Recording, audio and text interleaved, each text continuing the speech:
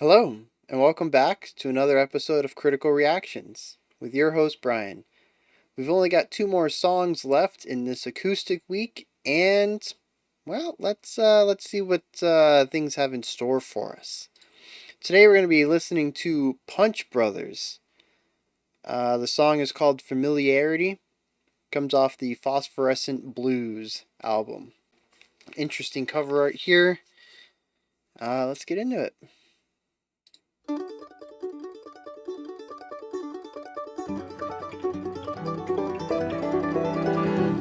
Dang, just getting right into it.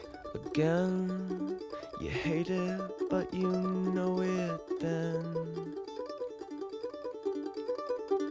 You know it, and so do your friends.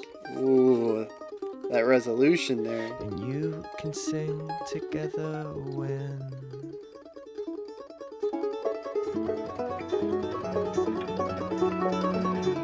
it's on.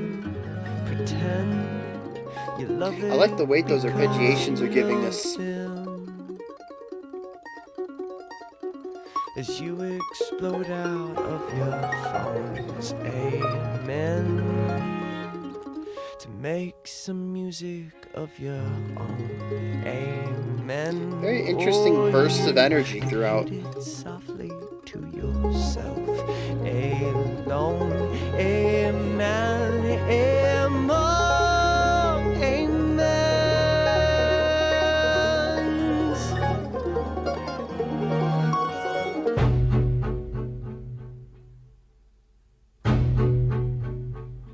Very theatrical.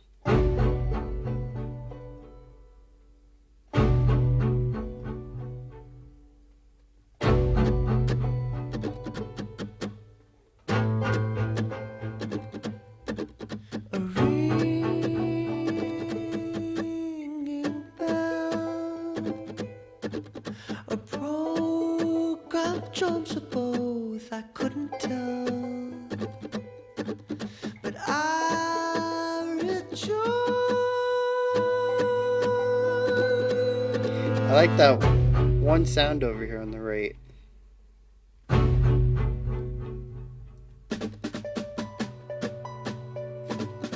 Just a single guitar. Panned hard, it's like this whispering voice amongst the silence. Very sparsely orchestrated as well. A swinging thunderbolt was hard to see, but I lifted up my voice. We've come together over we know not. Yeah, gorgeous harmonies there.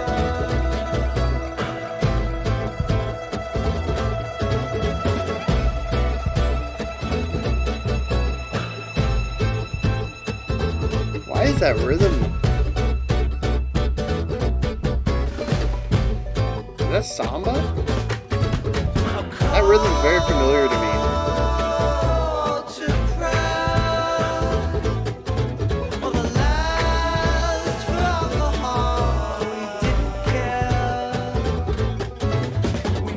I also like the juxtaposition here between the runs in the guitar and then the heavily rhythm-based part that's in the rest of the bands.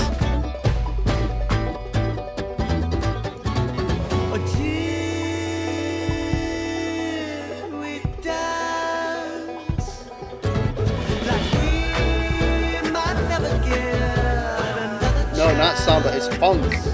Yeah. Yeah, that is a funky rhythm.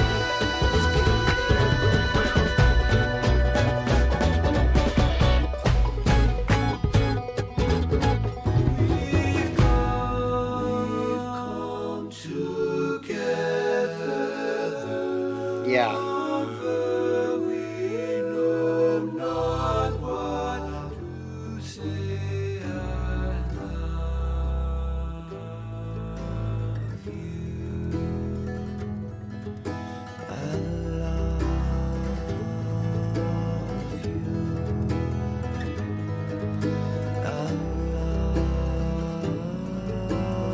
It's really interesting hearing all of the varying styles that are present here.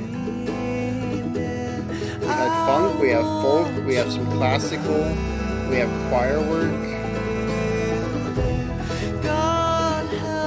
even some blues, right?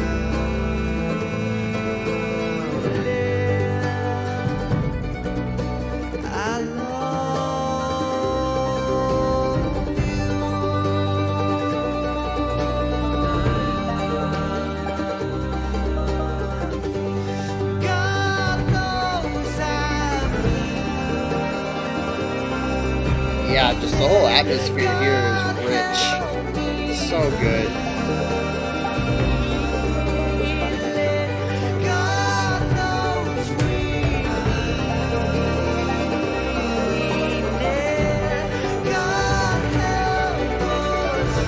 Yeah, and layering the texture of the violin with the plucked guitar. Not plucked guitar, banjo? Steel, it might be a steel guitar. But anyways, that texture is real nice. You have the warmth of the bowed instrument, and then the harsh attacks from the plucked ones, or the picked ones. Yeah.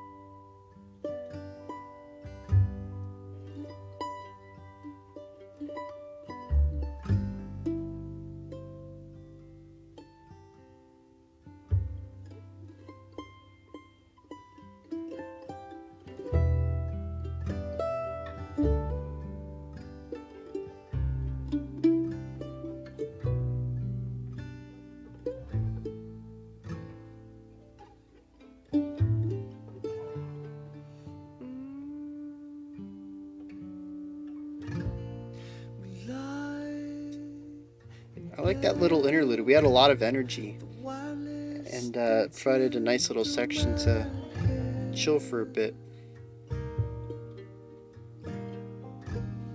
Until I feel the space between my...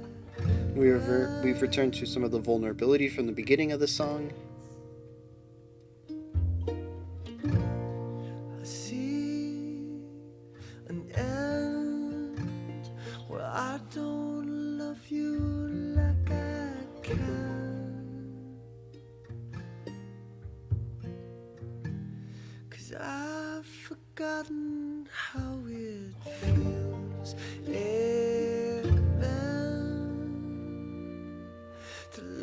Slowly introducing more instruments.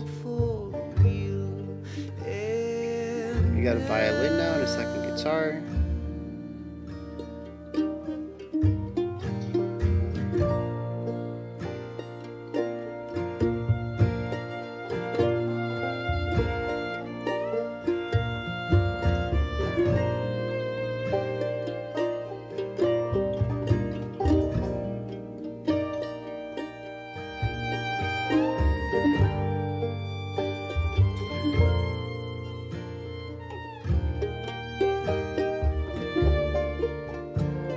Just a real nice chill section here with some beautiful counterpoint.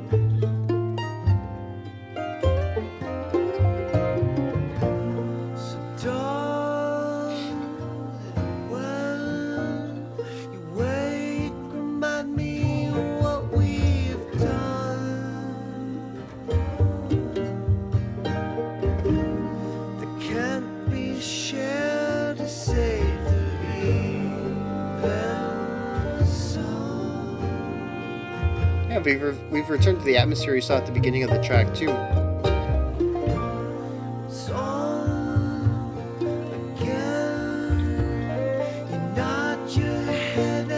So many moving parts.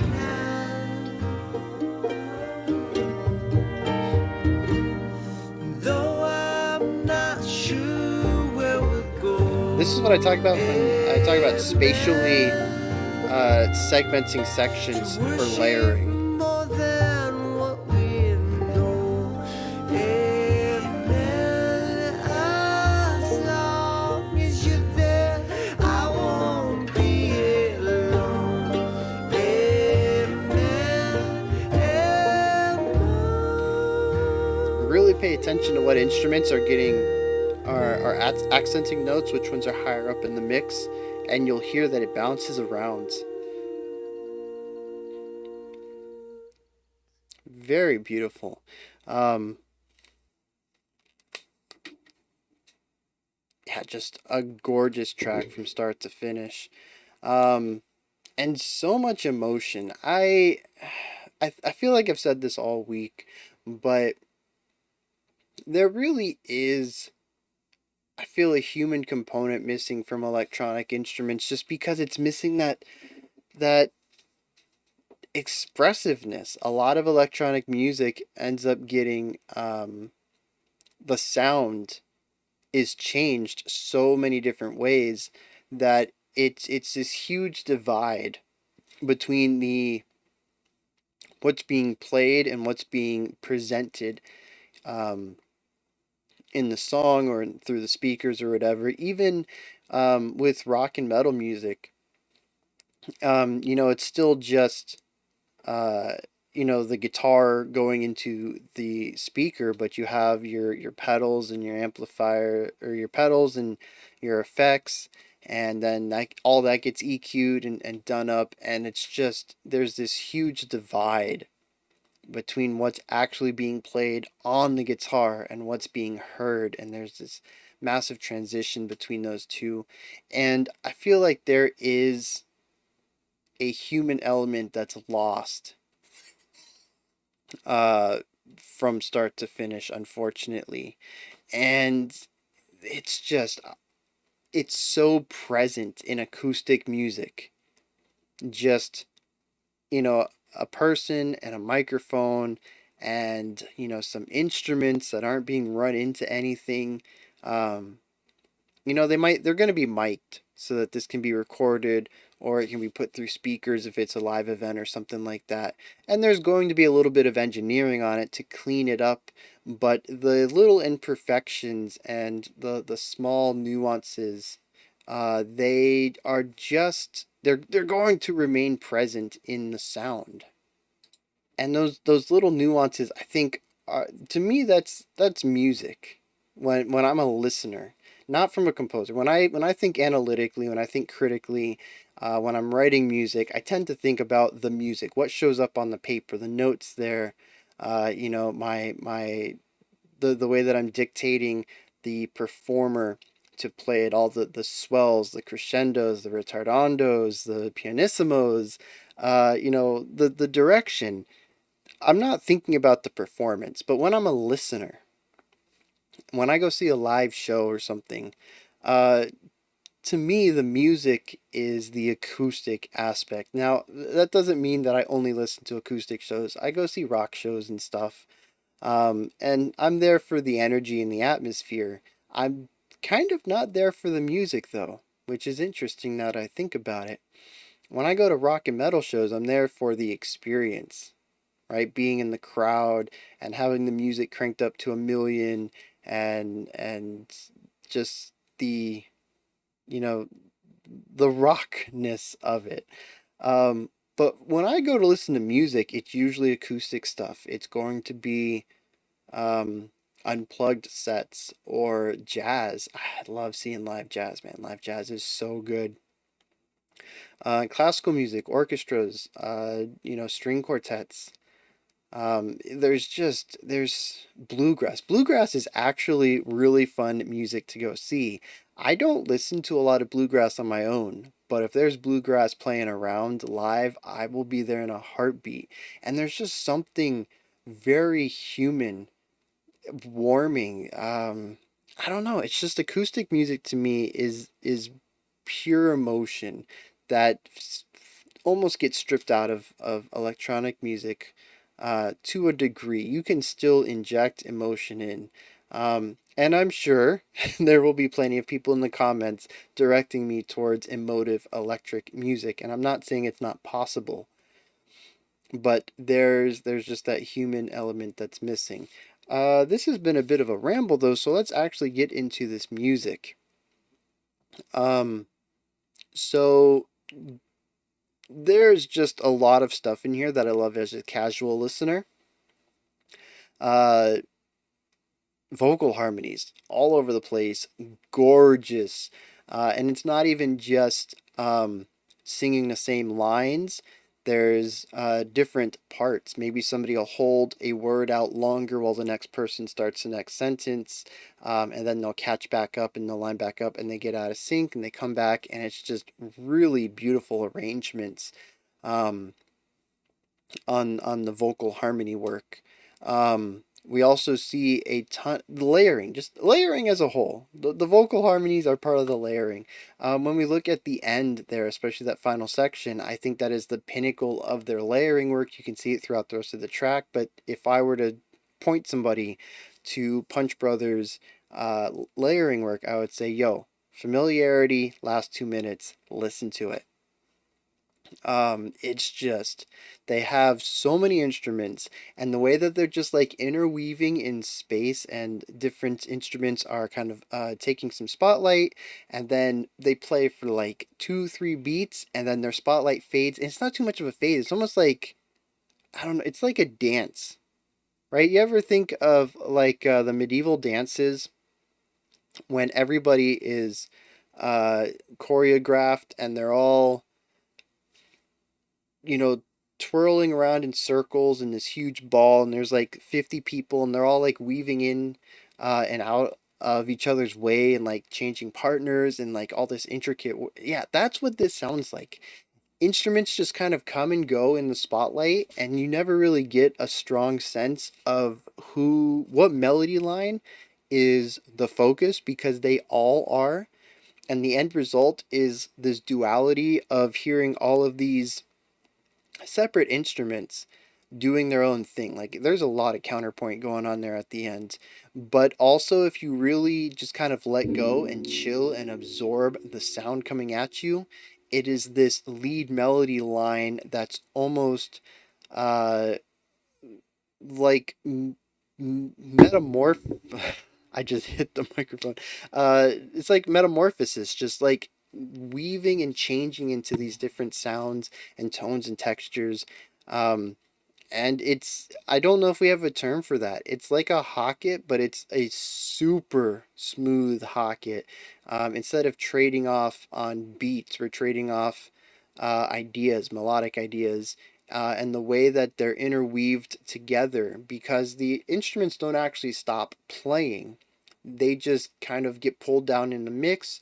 Maybe they do some volume dynamics.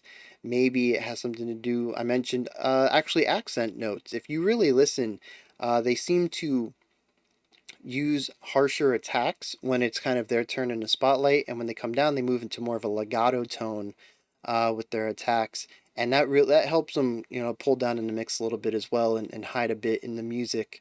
Um, and it's just a lot of work gone into not just the composition but also the performance aspect to ensure that that section just works so gorgeously. And like I said, that's, to me, that's the pinnacle of their layering.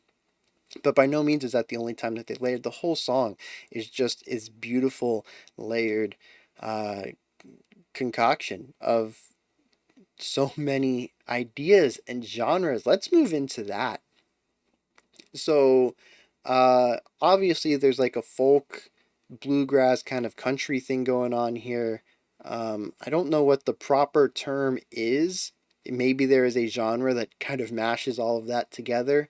Um, maybe I don't like the term indie as a genre, but I think that if we abstract it from its idea of independent, I think there is an indie sound, not necessarily an independent sound, or a non labeled sound.